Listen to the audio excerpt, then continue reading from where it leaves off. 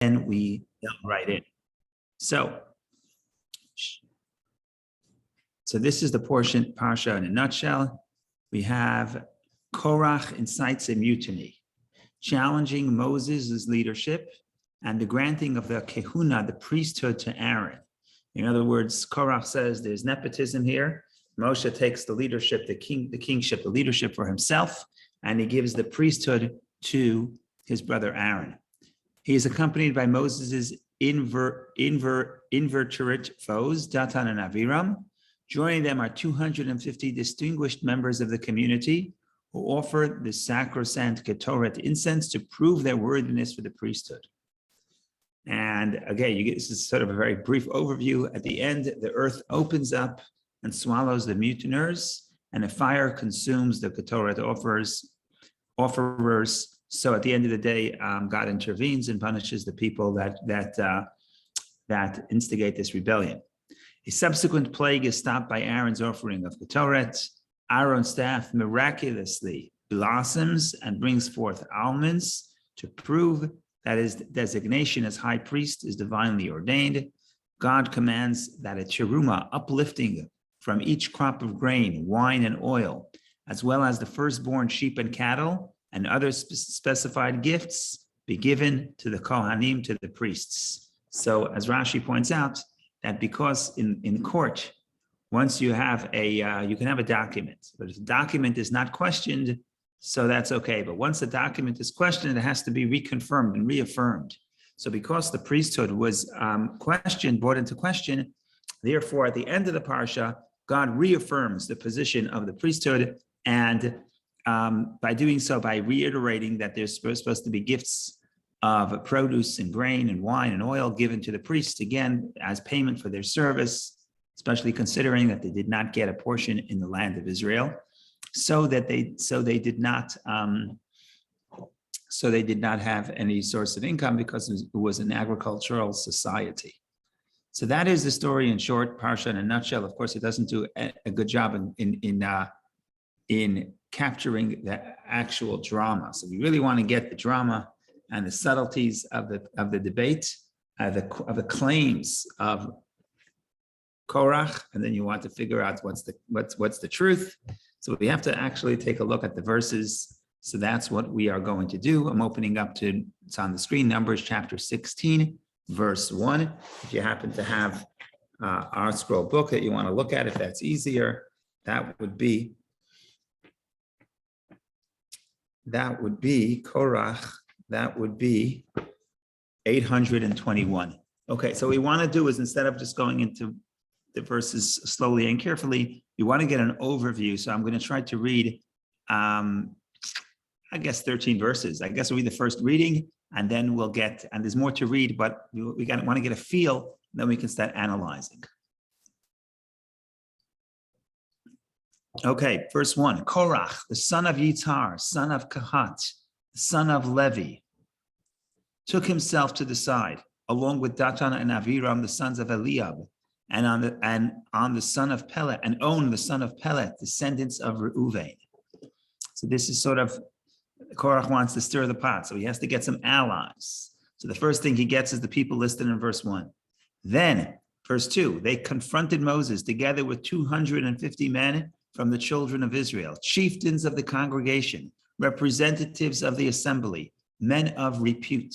In other words, in addition to the individuals listed in verse 1, now they have 250 leaders, Nasi Eidah, the distinguished of the congregation, chieftains of the congregations.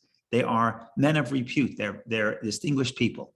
What is their claim? Verse 3, they assembled against Moses and Aaron and said to them, "You take too much upon yourselves, for the entire congregation are all holy, and the Lord is in their midst. So why do you rise yourself above the Lord's assembly?" In other words, why do you consider yourself so great? Why are you the leader? Why are you Moshe the leader and Aaron the priest? Everybody is holy. God is in our midst. So why do you raise yourself above everybody? Moses heard and fell on his face. Rashi says he realizes that there's another sin coming. In other words, this is just another episode after episode of the Jewish people complaining. So the first time you deal with it, second time you deal with it, Moshe gets forgiveness. Here, Moshe is like, this doesn't stop. What does Moshe say? Verse 5. He spoke to Korach and to all his company, saying, in the morning, the Lord will make known who is his and who is holy, and he will draw them near to him. And the one he chooses, he will draw near to him. In other words, in the morning, God will decide who's the king, who he chooses. Why the morning? What's wrong with today is another story. We'll get to that later. So what should we do? Do this, Korach and his company. Take for yourself censers. Place fire into them and put incense upon them before the Lord tomorrow. And the man whom the Lord chooses, he is the Holy One. You have taken too much upon yourselves, sons of Levy. In other words, up to this point, Korach tells Moshe, you took too much for yourself. Now Moshe responds, you, sons of Levi, Korach is a member of the priest of the tribe of Levites, you are asking for too much. Now, Moshe turns to the people of Levi. Moshe said to Korach, please listen, sons of Levi. Is it not enough that the God of Israel has distinguished you from the congregation of Israel to draw near to you, to draw you near to him, to perform the service in the Mishkan of the Lord, and to stand before the congregation to minister to them? He drew you near, and all your brothers, the sons of Levi, with you, and now you seek the kahuna, the priesthood as well? Therefore, you and the entire company who are assembled are against the Lord. For what is Aaron that you should complain against him? In other words, your complaint is not against Aaron, your complaint is against the Lord. Moses sent a call to Datan and Aviram, the sons of Eliab, but they said, we will not go up. Is it not enough that you have brought us out of a land flowing with milk and honey to kill us in the desert, that you should also exercise authority over us? And this is very interesting because they use the term in the Torah, a land that flows with milk and honey always refers to Israel. And Moshe always promises that God will take us to the land that flows with milk and honey. Here, they're referring to Egypt as the land that flows from milk and honey. And they're saying that God took us out of Egypt. Moshe took us out of Egypt, the land that flows with milk and honey, to bring us to the desert. And now you want to rule over us? I'm going to read another verse or two. You have not even brought us to the land flowing with milk and honey, nor you have given us an inheritance of fields and vineyards. Even if you gauge out the eyes of those men, we will not go up. Moses was exceedingly distressed, and he said to the Lord, do not accept their offering. I have not taken a donkey from a single one of them, and I have not harmed a single one of them. Okay, we continue. And ultimately, the story is that the earth opens its mouth and swallows them in, and that's the end of the rebellion. But of course, what's left to us is to deal with the fallout. In other words, what did Korach want? Where was he wrong? Even though what he seems to say seems to be actually very logical and very compelling. So we have a lot to take apart and a lot to analyze. So here we go. Barry, go ahead, please. I guess Hashem felt that things were in such jeopardy that he had to open up the earth and swallow. Okay, so that's one of the issues here. What was the punishment? What was the issue here? Why were they punished so severely? And if God needs to punish them, okay, why would God choose this form of punishment? That's part of the question. We'll discuss that as well. Just to make your question a little stronger, I'm going to continue the second reading, and we're going to see who came up with this idea of this punishment. It wasn't God, it was Moshe himself. And the question is why? God, many times before people sinned, they died in a plague. But what was this unusual idea of the earth opening up its mouth? So just to make it a little bit more clear, that you see that it's from Moshe. Look at verse 28. Moses said, he talks to Korach and Datan and Aviram, the leaders of the rebellion. Moses said, with this you shall know that the Lord sent me to do all these deeds, for I did not devise them myself. If these men die as all men die, and the fate of all men will be visited upon them, then the Lord has not sent me. But if the Lord creates a creation, and the earth opens its mouth and swallows them and all that is theirs, and they descend alive into the grave, you will know that these men have provoked the Lord. As soon as he finished speaking all these words, the earth beneath them split open.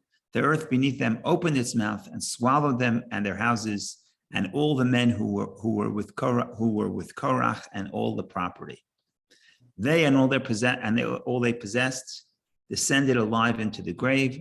The earth covered them up, and they were lost of the assembly. So what's interesting here is that the Torah doesn't say that this was God's plan.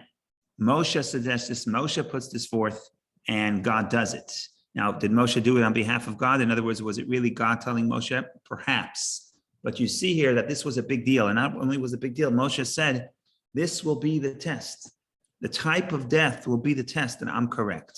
So obviously there's significance there, and hopefully we'll unpack that. Before we get to the result of what they did, we have to figure out what was the problem and what they did. So that's where we have to begin.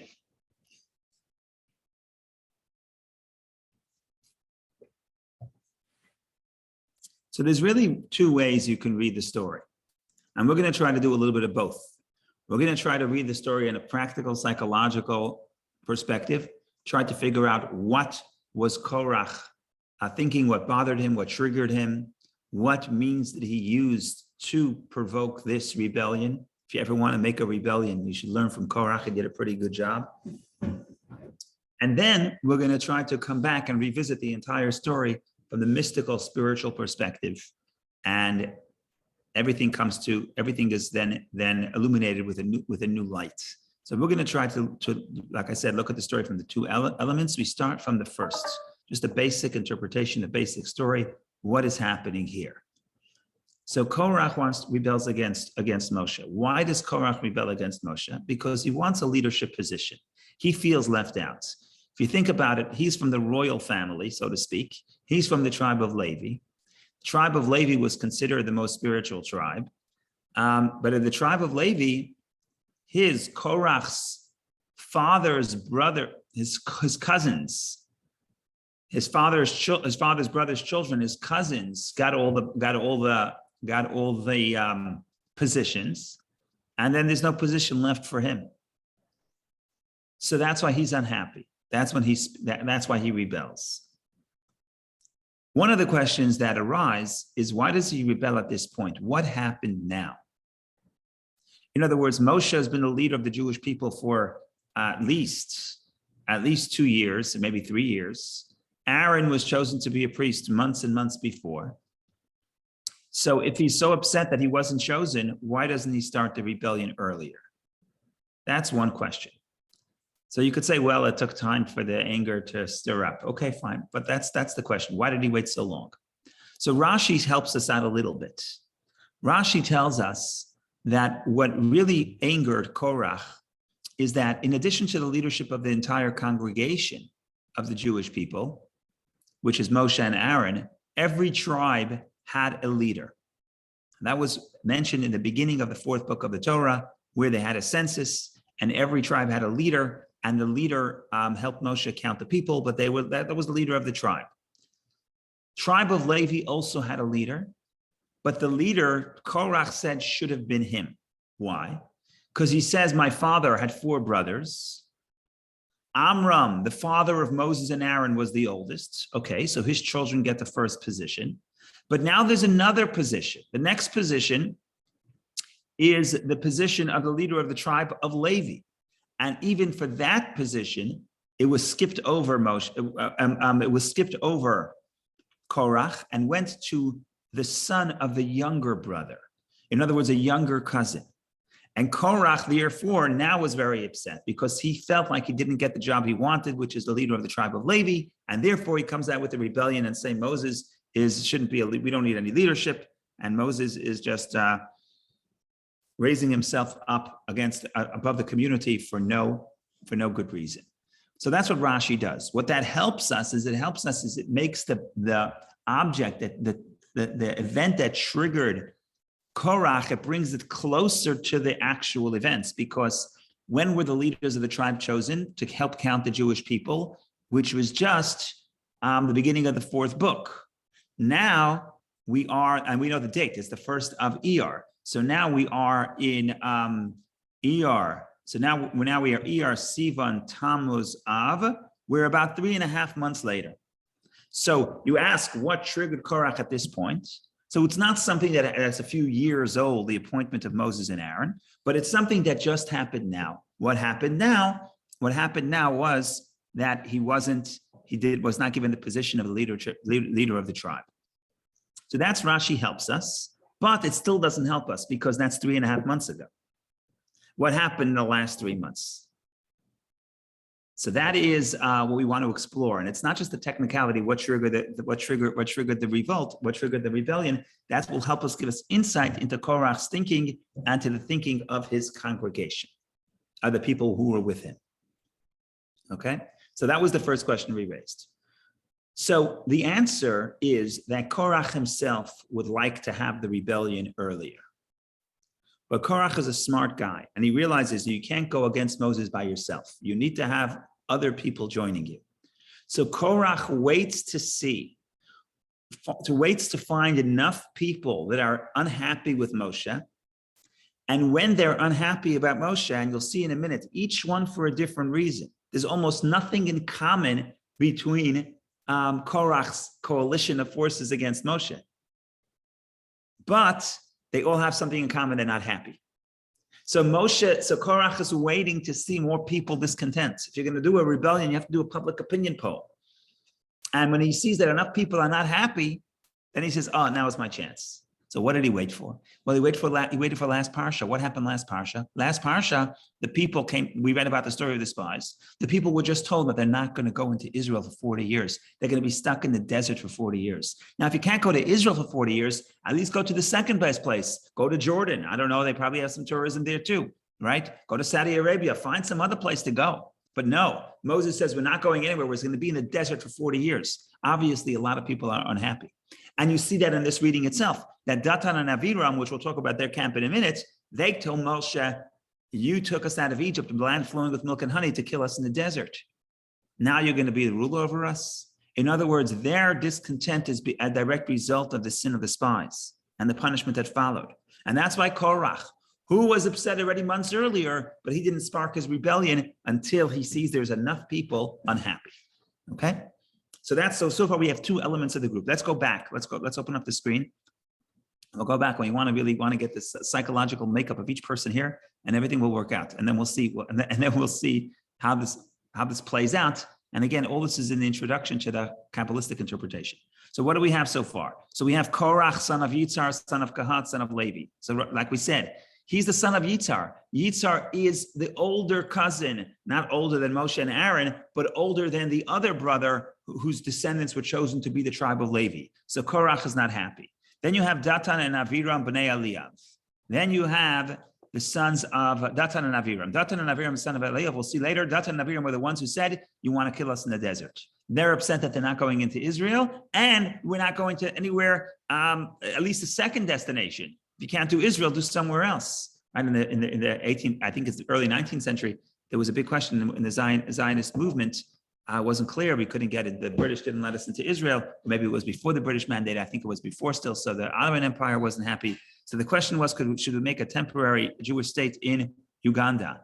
And a lot of people were for it, and some people were against it. They literally tore the Zionist movement apart at that time. And so Datan and Aviram said, look, you can't go to Israel, go to Uganda, right? Well, it has to be Israel. Why are you keeping me in the desert? So that's the Datan and Aviram. Then you have On ben Pelet, sons of Reuven. What's Reuven? Reuven was the oldest tribe. So Reuven is supposed to be the leadership tribe, but Reuven was the leadership was taken away from the oldest tribe and given to Levy, so they're not happy either. Then you have 250 people in verse 2. They confronted Moses together with 250 men from the children of Israel, chieftains of the congregation, representatives of the assemblymen of repute. What do those people want? Those people want to be high priests. They feel that there shouldn't be only one person serving God in the Holy of Holies, but more people could serve God. Anyone who wants to come close to God should come close to God. So in short, before we take Zvicky's question, we have multiple people coming in here, but it's a coalition of an impossible coalition, because what the people want is the opposite. And just to be clear for a second, some of them want a spiritual connection to God. Some of them, what they want is they want to come close to God. That's their desire. Maybe they're doing it in the wrong way, but that's what they want. That's the 250 people. Other people, what they want is not something spiritual, it's something physical. They want to get out of the desert. They want to go to Israel, or they want to go to a land that flows with milk and honey. They're not happy with Moses, not because they want to be the high priest, not because what they want to come close to God. No, they're not happy that they're not getting real estate.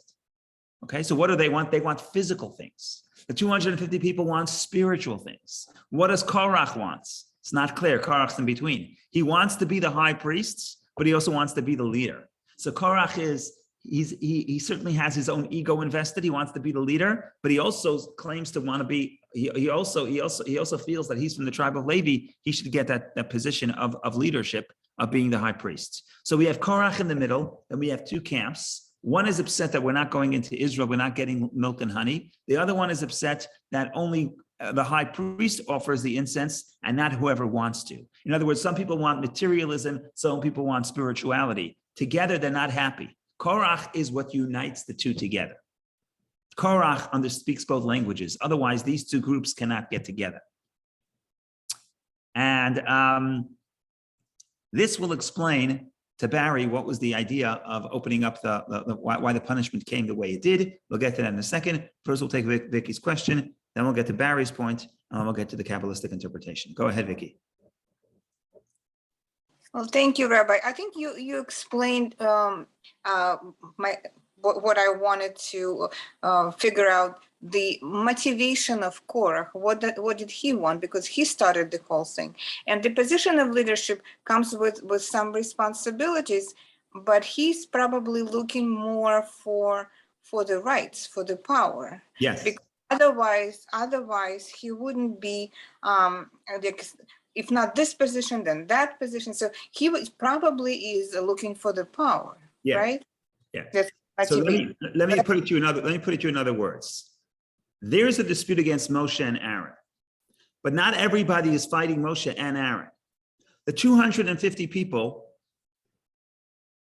we'll see later that they become prominent because, in other words, they take part of this test.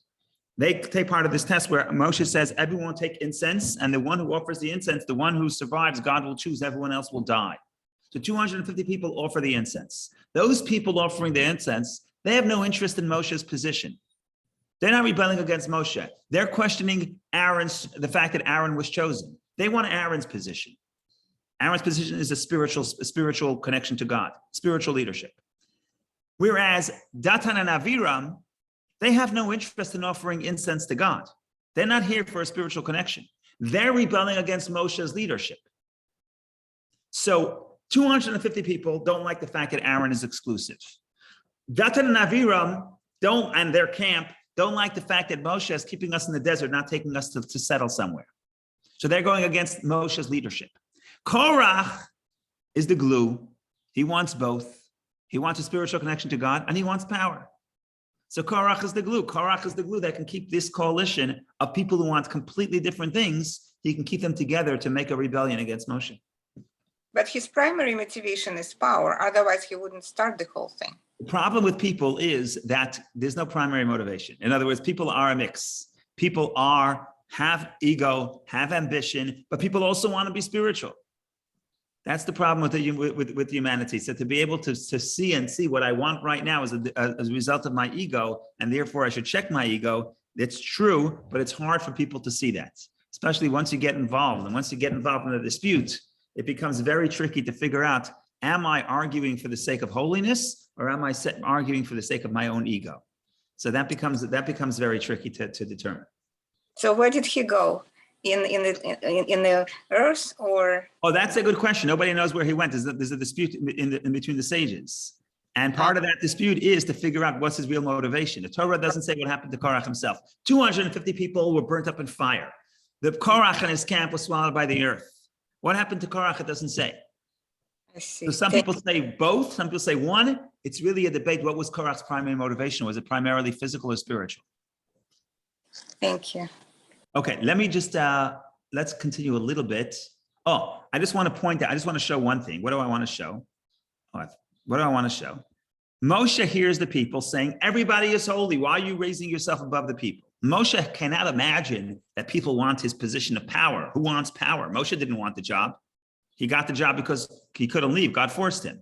So Moshe thinks everyone wants spirituality. So what does Moshe say? He makes the plan. He says, take for yourself censers, place fire into them in verse 7. Before the and the man whom the Lord chooses, he is the Holy One. Okay, fine, perfect. Now, the problem is that later on, Moshe sees that, okay, that's the 250 people. What about the other troublemakers? Let's call them. Let's negotiate with them. What do they say? Because how come they should all agree? The 250 people said, fine, we're going to take the incense tomorrow, and we're going to offer with God and let God choose. But all of a sudden, some people are not moving. People are not accepting the proposal. So then Moshe turns to the people to Datan and Aviram, and he says, let's negotiate. He calls them. Can we talk? Can we see what's going on here? Moses sent to call Datan and Aviram, the sons of Eliab, but they said, we will not go up. Verse 12. It is not enough that you have brought us out of the land flowing with milk and honey to kill us in the desert, that you should also exercise authority over us. And the next verse, they say, you have not even brought us to the land flowing with milk and honey. Moshe then sees these people, they don't want spirituality. What do they want? Milk and honey. So Moshe it took him a few minutes, but he realized the various components of this debate, of this rebellion. And part of this, that's why Korach was so successful. These two camps could not speak to each other because they don't speak the same language, they don't value the same thing, so they can't unite to create a rebellion. Korach was the one who had both. He had his own ego, he had the desire for power. He also had the sense he was a tribe of Levy. He understood the desire to become close to God. And he could speak to both camps and he could unite them in a rebellion. So you always need a Korach figure. Every coalition needs a Korach figure to be able to hold things together. Now, I don't want to get political, but we don't have a coalition government. But in Israel, it was a coalition government until about yesterday, until this midnight, and then basically it collapsed and they're going to re-election. But it's very interesting to see that this was, I'm not endorsing or I'm not speaking against or pro this government, but it's clear to everybody that they had extreme people in there with extremely different views. And there was a talent to keep this group together. Not easy. That's why it only lasted a year. But it is a very interesting skill to be able to speak to different people in different languages and have somebody who understands everybody to keep them all together. And that was Korach for you. Okay, fine. Now let's just touch upon the punishment, and then we come back to the spiritual perspective, because that's what you're here for, I think. So Barry says, why did the earth swallow them? So what's happening here is that there's two punishments for the two different parts of this rebellion. The people who want spirituality were also punished because they rebelled against God and rebelled against Moshe, and Moshe warned them not to do it, and they don't listen. But their punishment is that they get burnt. Fire is a symbol of coming close to God. We had earlier in the third book of the Torah that you had Datan and Aviram, not Datan. You had Nadav and Avihu, the sons of Aaron, two sons of Aaron. The day that the temple was inaugurated, they took the incense and they went before God, and the fire came and consumed them.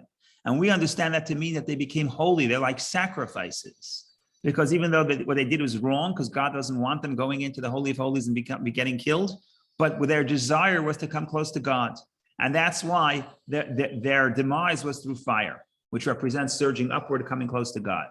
Datan and Aviram, what do they want? They just want physical power and physical possessions and real estate. So where do they go? They go down into the earth to represent the fact that they are not seeking spirituality, they're seeking the physical, and that's why the physical brings them down, because that was the core, that was the source, and that was the motivation for their downfall, is their obsession with materialism. So that's the basic overview of the story from the simple level, and at least a little bit of insight into what's going on within their frame of reference, within their perspective. And then we'll take Barry's question or any other questions, and then we'll look at the spiritual perspective as well. And then the philosophical perspective and why they were right and why they were wrong. And they were right in some sense, but okay. Go ahead, Barry, please. Yeah, thanks, Rabbi. Very interesting. I love the drama. I don't know if I can ask my question properly, but I'm going to try. I mean, this happened thousands of years ago, right? I mean, I guess, and it's in the Torah, so it's significant, I'm assuming. Yes. I mean, there are revolts and uprising and people complaining and not getting their way like all the time throughout history. I mean, why is this so significant, and why was there such an action? Why are we studying it now? And does it, would it have like not finished the Exodus? Is that kind of like, would there have been like the Exodus maybe not would have been completed? Is that why? Why is it here? Why is it important? It's not the only time people complain. People always complain. Is your question? And with such a significant killing, I mean, there was intervening. Yes, intervention. So why was the sin so dramatic that you need God to intervene? I think yeah, I think that's your question. Yeah, it's a good question. You can answer the question from different perspectives, different angles. You could say, well, it's the history, just historic, but you're right. It doesn't make sense to give it for the Torah to give so much space and so much real estate to this argument. But I would say that once we start getting into the philosophical and spiritual elements of the debate, there is always, you say that it happens many times in history, but I would argue that a lot of the concerns, a lot of the arguments that every dispute and every rebellion against authority is basically Korach's argument. And it's just a replay. And therefore the Torah has to clarify its position on Korach early on to help us understand the true perspective. Because let's be honest, what is Korach saying? Korach is saying equality. And in the name of equality, Korach says there's no leadership, there's no priesthood, there's no Moshe. Everybody is holy, everybody's good, everyone does what feels right for them. That's what you should do. Now that was a very compelling argument 4,000 years ago, and it's a very compelling argument in the 20th century, and in the 21st century, and a little bit in the 19th century. And millions of people turned away from tradition because of this statement. Everybody is holy, everybody is equal. And the reason why it's so persuasive is because it is true. Everybody is holy. Everybody is in some sense, some way equal. So then why do you need Moshe and Aaron? Oh, that's a very good question. So now you see, we have to address this question in the Torah, because if it's not going to be addressed in the Torah, who's going to address it in the 21st century or the 19th century or the 20th century? Okay. So I think even today more than ever, when we were the last couple of thousand years, when people people accepted a hierarchical system, a hierarchy within society. So then Korach was the outcast. But once you get to the modern era, in other words, the last few hundred years, once you get to the Enlightenments, Korach seems to be making a very good claim, very persuasive claim. So what's wrong with his claim? And that's a very important question. And that's something that we have to address, and therefore is more relevant now than ever, and therefore has to be in the Torah. Okay, got it. So now we built up the question. Now we have to just have to see if there's any answers. I don't know that there are. Okay, so of course there are. I don't know if you have to. Okay, I'm just going to take a break for a second to close the windows, because the town of Greenwich is spending a lot of money, making a lot of noise on Mason Street. But I don't want to interrupt the learning here. So I'm going to take a break for 30 seconds, close the windows, and then we're back to business. Okay, so there we're back.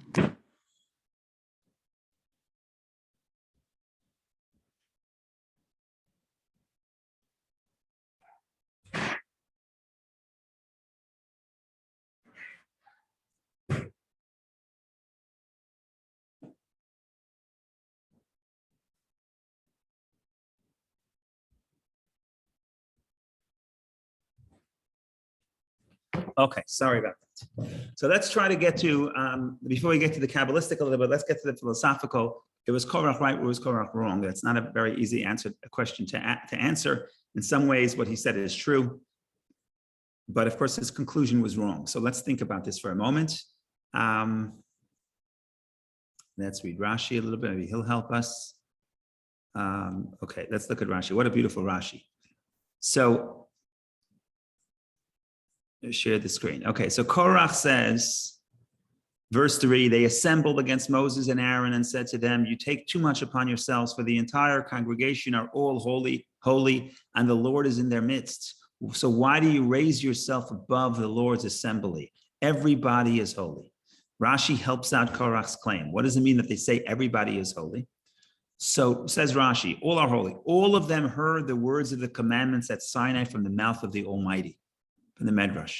In other words, Judaism is not like other faiths. All faiths begin with a prophet, and God speaks to the prophet, and the prophet is the one who brings God's word to the people. Now, if that's your system, we understand the prophet is more holy because there's a hierarchy. The first God speaks to the prophet, and the prophet speaks to everybody else. Nobody has a direct relationship with God. It has to go through the prophets. Or in other faiths, it has to go through the priest, or whatever the case is. What happens from the Jewish perspective? No, the Jewish perspective is God spoke to every person at Sinai, every Jew, men, women, and children at Sinai, as in the individual tense. I'm the Lord your God, in the individual, your God in the individual sense. So in other words, what Korach is telling Moshe, everybody is holy. God spoke to everybody. You may be a prophet, but everybody is a prophet because God spoke to everybody at Sinai. So why do you raise yourself above everyone else? And why do you think that there's something unique about your position or the position of Aaron? Everyone is holy. And like I said, because we're all prophets, in other words, God speaks to everybody. So that's the claim. Now the question is that claim right or wrong? I think that's pretty compelling. Many people write about this all the time. Rabbi Jonathan Sachs, of blessed memory, would always talk about the idea that in Judaism, it's a mamlechet kohanim, it's a kingdom of priests. God tells the Jewish people, you're going to be for me a kingdom of priests. It's not like other faiths where there are a few priests. No, every Jew is a priest. Every Jew has a spiritual role. Every Jew has been spoken to by God at Sinai. So seemingly Korach is on the ball. Korach said is right. So why was he so wrong if he's so right? So the answer is like this. The answer is that you have to look at what God says and compare and contrast that to what Korach says. So Korach says God says in the third book of the Torah, in the book of Leviticus, there's a portion called Kedoshim, means holy. And the verse says, God speaks to Moses to tell the Jewish people, Kedoshim tihiyu, you shall be holy.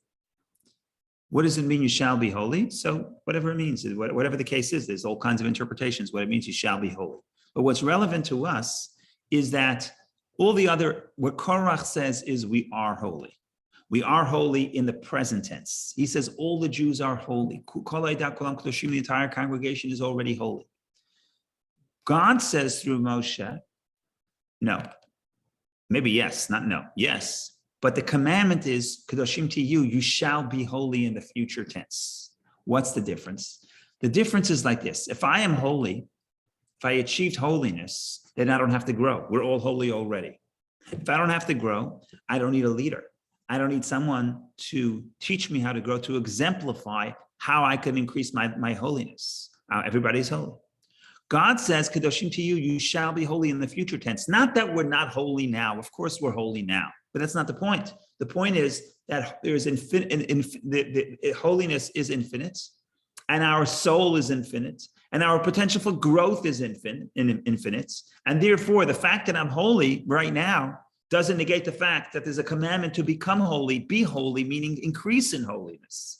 And if I am to increase in holiness and to grow in my holiness, I need a coach, spiritual coach, a spiritual example to help me grow in those infinite levels of holiness. And that's why Korach is wrong, because Korach says we're all holy, we don't have to grow. In other words, he's finding the lowest common denominator. Yeah, all Jews are holy, wonderful. But what that's going to stifle all growth. And if there's growth, and if growth is necessary, then all of a sudden there's a hierarchy.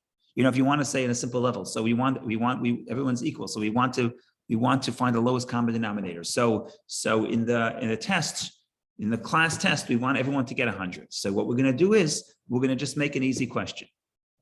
Okay, then everybody's the same. Everyone can get 100 on the test. But in the long run, what you're doing just to this class or to society is that you're not encouraging anyone to grow, and you're not creating any incentive to grow.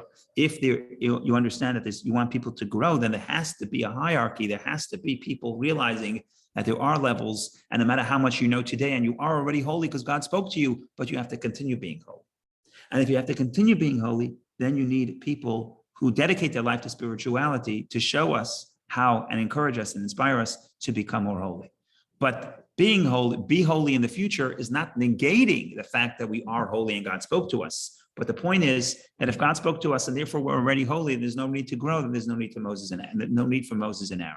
So that's the first point. The first point is that was Korach right that we are holy? Well, in a sense he was, but he was wrong in the sense that he said that that's the end of the journey. We're holy, so we achieved everything we could achieve. Moshe understands that no matter how holy we are because God spoke to us, we have to become holy. We have to continue becoming holy because that was God's commandment to him, to convey to the Jewish people. And that's why you do need a leader, because you need somebody who is going to exemplify and show how to grow. So that's one point. Now we're going to get a little Hasidic here, with your permission. I want to get a fascinating idea that connects this story to the last story. So I'm just going to take 60 seconds to revisit the story of the spies from the perspective of the Hasidic philosophy. What is the story of the spies? Last week, the story of the spies is that the people come to Moshe and they say, we want to send spies to see the land of Israel, see how we can conquer it. Moshe says, if you want to do it, that's okay. He sends the spies, they come back, they say the fruit is beautiful, the land flows with milk and honey, but the people are too mighty. It's a land that consumes its inhabitants. And basically we don't stand a chance. And therefore they convince the people that we can't do it. And the people cry and they say, we can't go to Israel. And God says, is very upset. The people lost faith. And God says that because they lose faith, the entry in the land to the land of Israel will be delayed by 40 years. That was last week. Now, that leads to a whole bunch of questions. We're not going to open up the Pandora's box again. We're not going to revisit all those questions. We're just going to stick to one point, one question and one answer. Basic question is, how did the spies lose faith so fast? They experienced the miracles of God at Sinai. They certainly saw God split the sea. Why do they believe that God cannot help them conquer the land of Israel? So there are many answers. The most basic Hasidic answer is they didn't lose faith in God. They knew God could do it. They didn't want to go to the land of Israel. Why didn't they want to go to the land of Israel? Because they were men of ideas. They preferred to stay in the desert, study Torah all day. They don't want to get involved in agriculture. They don't want to get involved in action because action could be a distraction from spiritual meditation and a spiritual lifestyle. And that was their mistake. Their mistake was they thought that being close to God means being spiritual. The reality is that being close to God means doing what God wants. And that's why in Judaism, action is primary. So that was the story and the lesson of last week. Now comes the Hasidic commentary, and the Hasidism says as follows. Absolutely beautiful interpretation. If you remember, the first question I asked today is, why did Korach wait with his rebellion until this point? And the answer is, Korach can only lead his rebellion at this point. Why? Because Korach's claim is we don't need Moshe and Aaron. We don't need people to raise themselves up to the rest of the community. Everybody is the same. Everybody is holy. The people who understood, who wanted to stay in the desert, the spies and the people who followed them, they wanted to stay in the desert because they thought that the most important thing is a spiritual life. They could never accept that Moshe and Aaron are like everybody.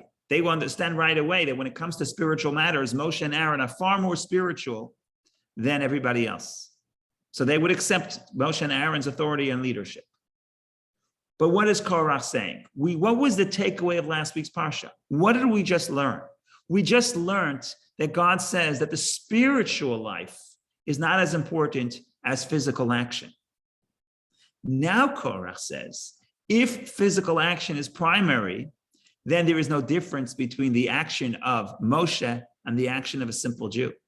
If understanding and meditating and loving God is the most important point, then of course Aaron loves God more than a regular person. But if action is the most important thing, then the tefillin that Moshe wears and the tefillin that every Jew wears is the same thing. You know, Moshe eats matzah on Passover and so does everybody else. So you say Moshe has, when he eats the matzah, he senses and feels the connection to God far more than the regular Jew. Okay, but that was so up till this last story of the spies, we understood that Moshe and Aaron have an advantage over the rest of the people. Because in the spiritual realm, there's an advantage to Moshe and Aaron. But if you just finish telling me that the main thing is action, and therefore the spies who said we want to stay in the desert to live a spiritual life, but we don't want to get involved in action, they were dead wrong. Because the main thing is in Judaism is action, then why do you need Moshe? Why do you need Aaron? Action, everyone does action the same. Everybody is holy. God is in their midst. Everybody's the same. What's the problem? So now we understand, first of all, that Korach has a very compelling argument. And second of all, we understand why he led the rebellion at this point. Only after we understood with the story of the spies did we realize the superiority of action. So Korach then says, if action is the most important, then every Jew is like Moshe. Because every Jew does the same action. In the mitzvah, in the physical action, we're all alike and we're all the same.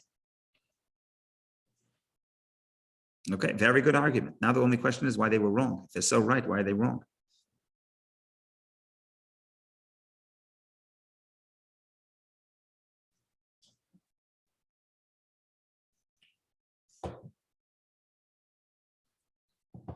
Oh, so the answer is like this.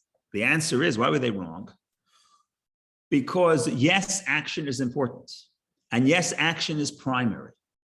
And yes, if you have a choice to eat the matzah on Passover, even if you're not understanding why you're doing it and you're not meditating, or you have the choice to sit in the Seder and read the entire story and meditate about the Exodus and meditate about freedom, but forget to eat the matzah. If that's my choice, clearly doing the action is more important. That's clear, that granted. Nevertheless, Judaism, just because we say action is primary, it doesn't mean that we don't need feeling. It doesn't mean we don't need emotion. We need both. And that's why, even though action is primary, we still need the emotion. We still need people to teach us how to be spiritual and how to have a desire to come close to God and how to yearn to become close to God and how to love God. And that's Moshe and Aaron's position. So Korach is not wrong. Korach is right in the sense that in what's primary, which is action, we're all the same.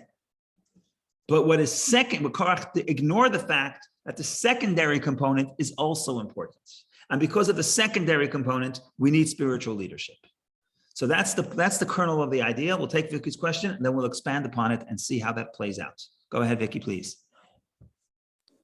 Thank you, Rabbi. I actually raised my hand when you asked question, when were they wrong? And I think there is a much simpler answer, because even if you are spiritual, the spirituality includes respect to God, and God tells you who the leaders are. So they didn't respect God's choice. Yeah, that's true. They had no humility. I agree. But why is that God's choice? In other words, we don't know. Korach didn't hear this from God, right? So Korach is trying to say, what kind of society does God want? So in Moshe and Aaron's view, there's hierarchy. There is Moshe as the leader. There's Aaron as the high priest, and then he goes into the Holy of Holies. Then there's the Levites, and then there's everybody else. And within the Levites, there are different classes of Levites, different families. Each family had their own position. So there's spiritual hierarchy. So Korach is thinking to himself, okay, spiritual hierarchy makes sense. Why not? Every religion has spiritual hierarchy. Nothing wrong with that. But then we have the story of the spies. And the story of the spies says, what does it say? It says that Judaism is not like every other religion. The point of Judaism is not to become spiritual. The point of Judaism is to affect the physical world, to impact the physical world. And therefore in Judaism, action is primary. So Korach says, how could it be? How would God then say that we need a spiritual hierarchy in a religion or in a perspective that says that action is primary? Because if action is primary, you don't need a spiritual hierarchy. And what's the answer? The answer is action is primary, but we need inspired action. We need inspired action. And Moshe and Aaron help us get inspired action. Now, when you have inspired action, what's the most important question? Inspired or action, right? You have inspired action. So what of those two, which one is more important? Is it the inspiration or is it the action? So Judaism says clearly, action is key. Even in the phrase inspired action, action is key. If you have a choice to give me inspiration or action, it's action. But nevertheless, we need inspired action. Why we need inspired action, we'll show in a minute, but we need inspired action. And therefore, because we need inspired action, therefore we need spiritual hierarchy. Hierarchy just means that there's somebody I recognize, that there's someone above me that I can learn from. How about? Go ahead. Go ahead. How about Aaron and Moshe themselves? what would be the spiritual leader for them? That's a good question. That's a good question. So And kind of follow-up question. Not everybody is the same in need the leadership, spiritual leadership to become more holy. So one leader, it's kind of problem because if it's okay. I agree, and therefore there were multiple leaders. There's Moshe, there's Aaron. Every tribe has a leader of that tribe. Okay, so there's some degree of variety of leadership, and that you go pick the leader you like. It's very much so in the Hasidic movement, certainly the early Hasidic movements, where there were Hasidic rabbis, which basically are Hasidic teachers, and people would go and basically go shopping for a rebbe. You know, this one I like, this one I don't like. You have to go to the person who will inspire you. But so a few points here. You're making a few very, very good points. So let's start with the first point. The first point is not everybody needs a leader. Some people could grow by themselves. I agree with you. But the Korach's problem is much deeper. Korach rejects the need for spiritual growth. Because if there is a need for spiritual growth, then there's a spiritual hierarchy. And if there's a spiritual hierarchy, then Moshe is higher and Aaron is higher on the ladder than himself. So you're saying, could I sit in my basement and grow spiritually without a leader, without coming in contact with a leader? Maybe. But the point is, to do that, you have to accept that there is a concept of a spiritual hierarchy. There is a concept of levels. There is a concept that you grow. The person who doesn't want to grow, what does he say? We're all holy. There's no need to grow, where everyone's perfect the way they are. Even moral philosophy, today's day and age, there are debates about human nature. It used to be everybody understood that human nature needs evolving. Human nature, a person will be their best person when they grow, when they refine themselves, when they overcome their base instincts. Well, this has been changing, at least in America, in the past maybe 50, 70, 80 years, where people want to be authentic. And authenticity means that however I feel, that's what's right. Okay, what are they saying? They're saying, I don't need I don't need to refine myself. Refining myself, changing myself is actually not authentic. So the point here is these questions, they're ancient, but they're modern. And the question is spiritual growth necessary? Do I need to try to become a better person tomorrow? Or I'm authentic, this is who I am, this is fine. And Korach understands that the moment he concedes that there is a need for spiritual growth, then there's a ladder. And if there's a ladder, then I have to say, where am I on that ladder? And then I have to acknowledge that there could be someone on the ladder higher than I am. And his ego does not allow them to consider that. So instead of that, he wants to flatten the ladder. Instead of saying there's a hierarchy, he lowers the ladder. I'm not arguing with this. Yeah. I am just the first question. What about Moshe and Aaron? Very good. Very good point. Very good point. In every hierarchy, you're going to get to a point where who's the guy on top, right? The guy on top has nobody on top of him, right? That's a problem. So Aaron has Moshe on top of him. Who's on top of Moshe? That's a very big problem. It's a very big problem. So one way to do it is to say what America does. We have separation of powers. So in some ways, the Supreme Court is the most powerful. In some ways, the executive branch is the most powerful. In some ways, the legislature is the most powerful. And in some sense, it was like that because in Judaism, you always had, even the king had other positions of power, of leadership. You had the high priest and you had the prophets. And only in Judaism, I don't know if there's an equivalent where the prophet would come and lecture the king and tell the king how bad he is, right? Try to do that to a king. Try to do it to, I don't know, even to people who want to be kings. Try to do it to Putin. It's not going to work, right? Try to do it to dictators. They're not going to hear. They're not going to hear this. They're not going to have a prophet telling them they're immoral. So in Judaism, there is some degree of separation of powers that in some sense solves a little bit of your concern. But the concern remains. And that's why Maimonides says that the king, in some sense, he's the highest guy in the society. He's got the most power. So yes, he can be lectured to by the prophet and by the high priest. But in some sense, he has the most power. In Maimonides' words, there's nobody above him other than God, his God. And that's why the Torah is sensitive and understands that the person who could most become corrupt the most is the king. And therefore, in the book of Deuteronomy, there are commandments to try to keep the king humble. And one interesting commandment, just one expression, but the point is, you may not say that, well, I don't see how this solves the problem, but for now, let this suffice, at least to show that the Torah sees this as a problem. Says the Torah, there was a commandment that every person has a Torah scroll. You have to have a Torah scroll, I have to have a Torah scroll. Today we have a Torah scroll in the shul, but in the olden days, every person is a mitzvah in the Torah, every single person has to have a Torah scroll. Now the question is, how come nobody does it today? The answer is, you don't need a Torah scroll because you can go to the store and buy a book. And in the modern age, you have a Torah scroll right here. If you have a cell phone, you have the whole Torah. So you have access. But in the olden days, everybody had to have the whole Torah. You have to have a Torah in your house. Every person has to write their own Torah. Says the Torah, a king has to have a second Torah. And the second Torah he has to hold in his hand. He can't go anywhere without the Torah. Why does the king need a second Torah? Not because he's great, so he has two. Because he needs to remember that the Torah is above him. Now, you may say it's not going to work. And you know what? For most of history, it didn't work. Even Jewish history. Many of the kings were arrogant. But you just see here, Torah understands that as a concern. So that's it for this discussion now, even though there's more to be said, but I acknowledge your concern is a concern. Now I have 2 minutes left. I want to go 5 minutes over time. 2 minutes left, just to tie in why we need inspired action, why action is not enough. So the reason why action is not enough, it's alluded to in last parsha and in this parsha, because if we're just involved in action, if we have no inspiration, you know what's going to happen to us? Barry wants to know why the earth opened its mouth and swallowed them. We're going to be swallowed into the earth. If a person is just involved in action, ultimately there is a fear and a very realistic fear that the earth would swallow him up. What does that mean figuratively? It means that a person will get overwhelmed by materialism. I'm not going to be able to impact the world because the physicality of the world will impact me. Ultimately, I'm going to be drawn into the temptation and the pleasure of the physical world, and I'm not going to impact the world.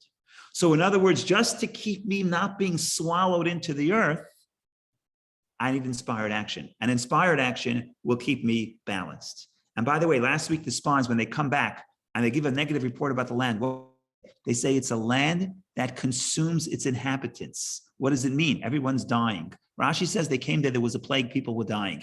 But the Hasidic masters explain that what it means is, if you get too involved in action, the earth would swallow you up. You're going to get too preoccupied with the physical materialism. You'll have no time you will have no time for spirituality, and ultimately the materialism will swallow you up. And Korach says, but if that's not the concern, action is most important, so that's it, we need action. The reality is we need inspired action. And because we need inspired action, therefore there is a spiritual hierarchy. Because there is a spiritual hierarchy, we need people to help us grow on that ladder. Now, what about equality? Yes, of course there's equality. Of course everybody is holy. He's right, God spoke to everybody, everybody is holy. But because God is infinite, then the fact that everybody has holiness within them doesn't mean we can't grow in the holiness. And that's what Korach missed. And that's the punishment is actually, in Judaism, we believe the punishment is really a consequence. And the punishment is really the outgrowth of the problem. If you're going to have a society where everybody just follows their own authenticity and nobody seeks to become better people, ultimately, we're going to be swallowed into the ground. The materialism will pull us in. So that's the story in short. There's a lot more to say in this parsha. Very dramatic parsha, a lot of fun, a lot going on here. But that's just a little bit, and hopefully added something new, because some of this we said in past years. Just a plug, if anybody's out and about tonight at 7:30 on Greenwich Avenue at Saxworks, we're having a small concert, a music presentation for the Rebbe's 28th yard site, which will be on Shabbos. These are live performance of the songs that the Rebbe taught. We'll have a video presentation that describes the songs and the meaning of the songs. And then we have a live performance. If you can come, 7:30 tonight, chabadgreenwich.org. Have a wonderful day, and only good news. Have a wonderful day and a wonderful beginning of summer. Thank you, Rabbi. Thank you.